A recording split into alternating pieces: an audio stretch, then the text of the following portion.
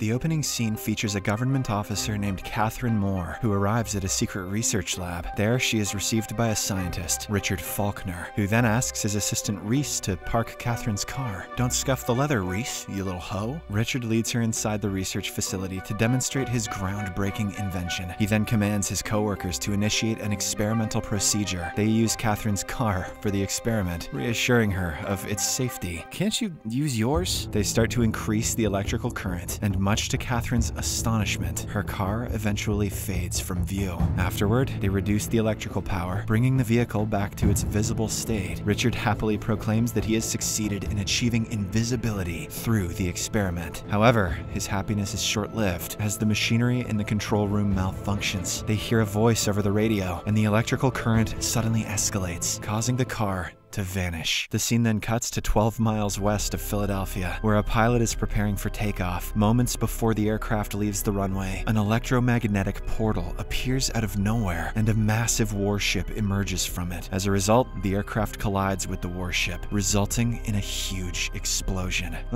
Couldn't have been avoided. In the next scene, we are introduced to a woman named Molly Gardner, who works at a coffee shop. She is currently helping her colleague Lena in an illegal task, hacking official websites to make fake bill payments. Shortly after, a sheriff named Carl Reed walks into the shop and talks to Molly. Through their conversation, we learn that they like each other, but Molly, for some reason, is turning him down for marriage. Amid their flirty conversation, Carl receives news about the aircraft explosion, prompting him to rush off the scene. Upon arrival, Carl is taken aback by the sight of a massive ship called the USS Eldridge crashing on the runway. He immediately recognizes this ship as the one that had mysteriously vanished during the time of the Second World War. In a quick action, he alerts the Navy force and also summons additional backup to conduct an investigation. Back at the research facility, Richard and his team discover that the voice they previously heard came from the USS Eldridge. When he seeks further information from Catherine, she discloses that the ship had vanished during its original experiment in 1943, and it was presumed destroyed when it never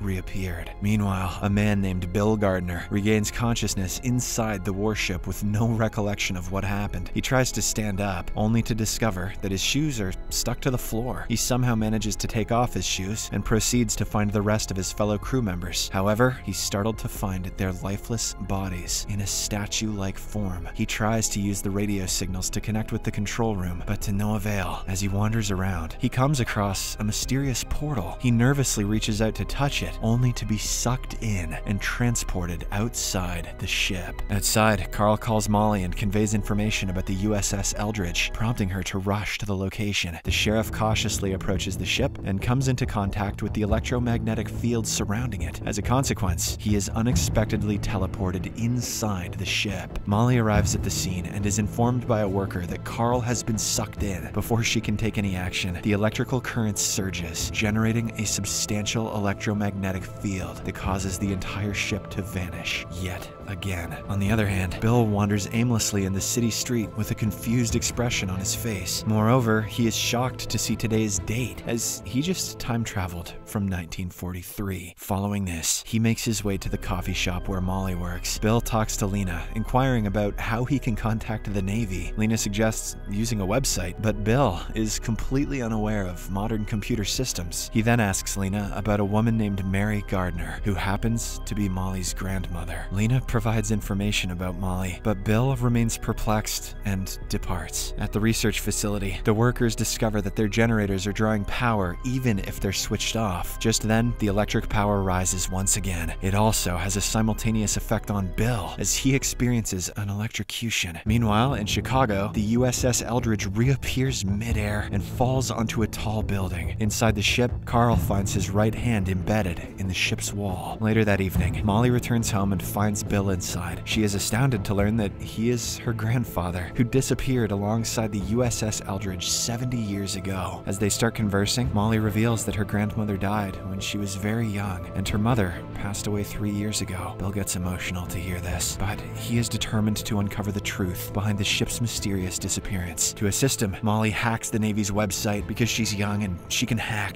and presents him with the files related to the first Philadelphia experiment project Rainbow, explaining how the ship was believed to have been destroyed. In the meantime, Richard and Catherine arrive at another research facility located in Chicago. After reviewing all the files related to the original experiment, Richard learns that the experiment was based on time travel. During that experiment, the excess power of their generator created a massive energy field that tore a rift in the space-time continuum. And when Richard's team activated their phase generator, their field got connected with the original one, resulting in the Eldridge being pulled through space and time, causing it to reappear in the present day. According to Richard, it's been 70 years for them, but for the ship, it was an instantaneous journey. Back at Molly's place, she informs her grandfather about her boyfriend, Carl, who is now stuck inside the ship. Their conversation is abruptly interrupted by the doorbell. Molly answers it, and a man named Hagen introduces himself as a government official. He demands for Bill's whereabouts and resorts to threats when she remains silent. Moments later, Bill suddenly attacks the guy and knocks him down before fleeing with Molly. The duo then head to Lena, borrow her car, and obtain some cash before driving away. Elsewhere, Catherine summons an incursion team and authorizes them to destroy the ship. But right then, Richard receives a call from Reese, who reports that the phase generator is still active and the field intensity is increasing rapidly. This indicates that the ship is on the verge of disappearing again. In addition, he warns that its effect will be huge compared to the previous disappearances. Upon hearing this, Richard asks Catherine to issue a retreat order to the incursion team, but she ignores him. Meanwhile, Bill and Molly reach a payphone where they receive a call from an unknown person. The growing field intensity around the ship affects Bill, rendering him unable to communicate on the phone. As a result, Molly grabs the receiver, and the person on the other end mentions Ivory Gate. A few moments later, the electrical current surges to a level where it generates a powerful magnetic field, causing the ship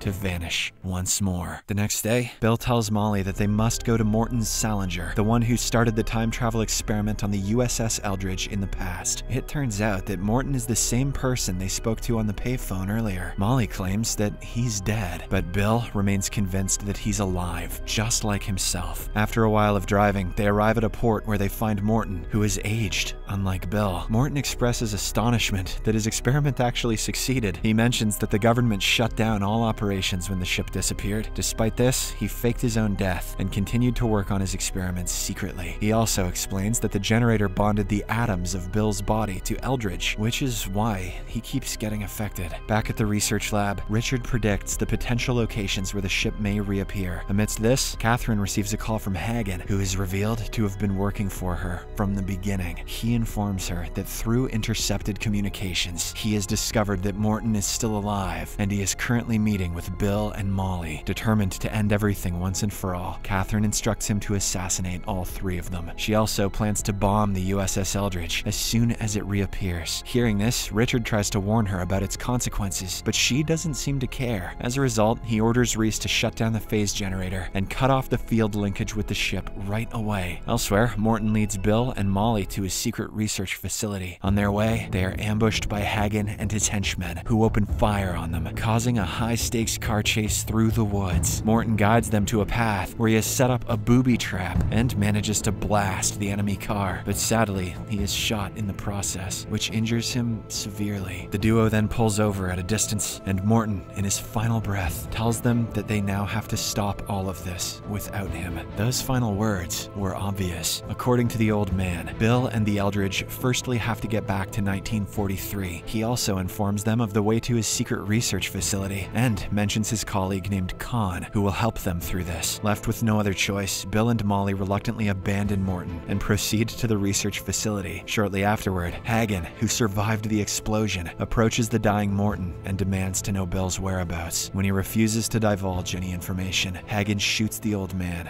to death. Meanwhile, at Richard's research lab, Reese and the team are working to break the field linkage. However, a power surge occurs, causing the field intensity to rise up. Sensing the imminent danger, Reese rushes into the machinery room to rescue the remaining team members, only to be drawn into the electromagnetic field. Oh God, Reese! Simultaneously, Richard is watching CCTV footage of Bill experiencing the electrocution. This leads him to realize that Bill is the key to resolving the situation, as only he can shut down the system. system. Richard then sneaks out of the Chicago research lab and makes his way towards Bill. In the next scene, Catherine dispatches a Delta Force to the Sahara Desert, where the Eldridge is predicted to reappear. True to their assumption, the Eldridge materializes at the predicted time, and Catherine orders the Delta team to blow it up. The Force launches multiple missiles toward the ship, but the presence of an electromagnetic field acts as a protective barrier, rendering the missiles ineffective. Soon after, the field intensity rises once more, and the ship is transported to a nuclear plant in England, resulting in a massive explosion. Sometime later, Billy and Molly arrive at Morton's research laboratory, but they are met with a grim sight. All the team members have been killed. Sensing the danger, they grab a laptop and make their way out. As they exit the building, they once again come under attack by Hagen and his armed associates. Hagen opens fire on Bill, but he is shielded by an electromagnetic field just like the ship. It's at this moment that he realizes that he can use this electrical current to repel the assailants. In the midst of this commotion, Richard shows up and rescues the two of them from Hagen. He drives them to his secret lab, explaining that he possesses the generators capable of bringing the Eldridge there.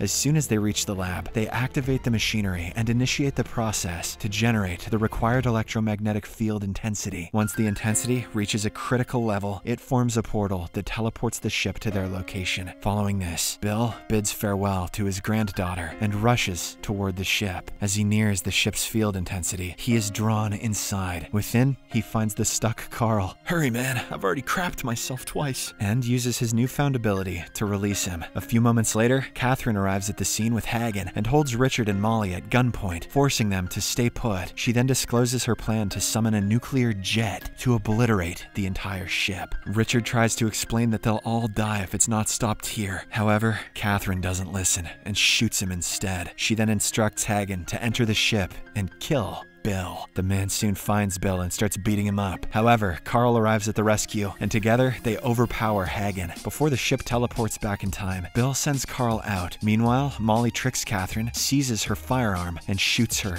to death. She then heads toward the ship, where she finally reunites with her boyfriend. Realizing that the field intensity is increasing rapidly, the couple hastily exits the research lab and takes cover somewhere safe. Eventually, the field intensity becomes so powerful that it creates a massive vortex in the sky, pulling the USS Eldridge, as well as Catherine's nuclear jet, into it. With this, the vortex disappears, bringing the situation back to normal. In the final scene, we see Molly visiting her grandfather, who has grown old now. This means Bill successfully traveled back in time and has since been living with his family, unless the nuclear jet blew up everything. Subscribe for more videos like this, turn on notifications, and leave a like to help the channel out. Thank you for watching.